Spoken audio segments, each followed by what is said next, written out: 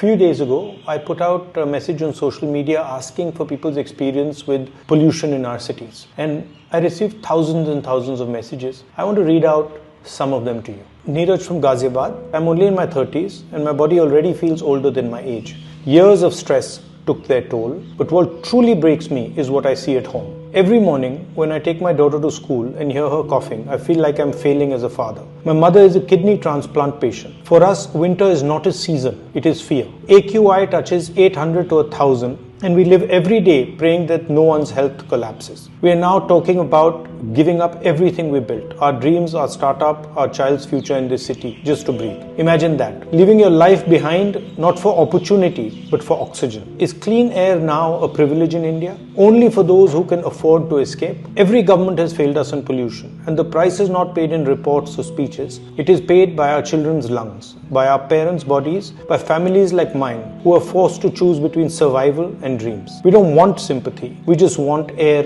that slowly doesn't kill us. Pranav Dua, Jaipur. भाई cycling करना छोड़ दिया है, रनिंग करना छोड़ दिया है, घर से बाहर जाने से पहले AQI चेक करते हैं. I think government should start making footpaths before highways. लोग चलने लगेंगे तो 1% pollution तो वैसे ही कम हो जाएगा. I also asked people if they have any interesting suggestions. And here is Viritika Lade from Pune. She's in the 10th grade. India's air pollution crisis demands immediate practical and science-based solutions. Government must enforce emission norms on industries, construction sites and vehicles, expand public transport through electric buses. A rapid transition to renewable energy, such as solar and wind, is essential to reduce reliance on coal-based power plants. Instead of penalizing farmers, provide them with alternative waste management facilities, modern machinery and financial incentives. Urban planning must prioritize green spaces. Stop destroying forests.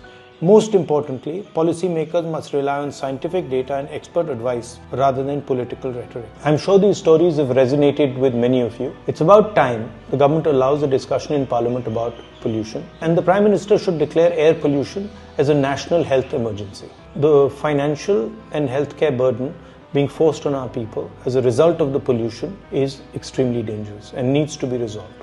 We need to all come together and develop a serious plan. Governments across the country, chief ministers, the Prime Minister, the national government, and we need to make sure there's enough money in the budget to tackle this problem.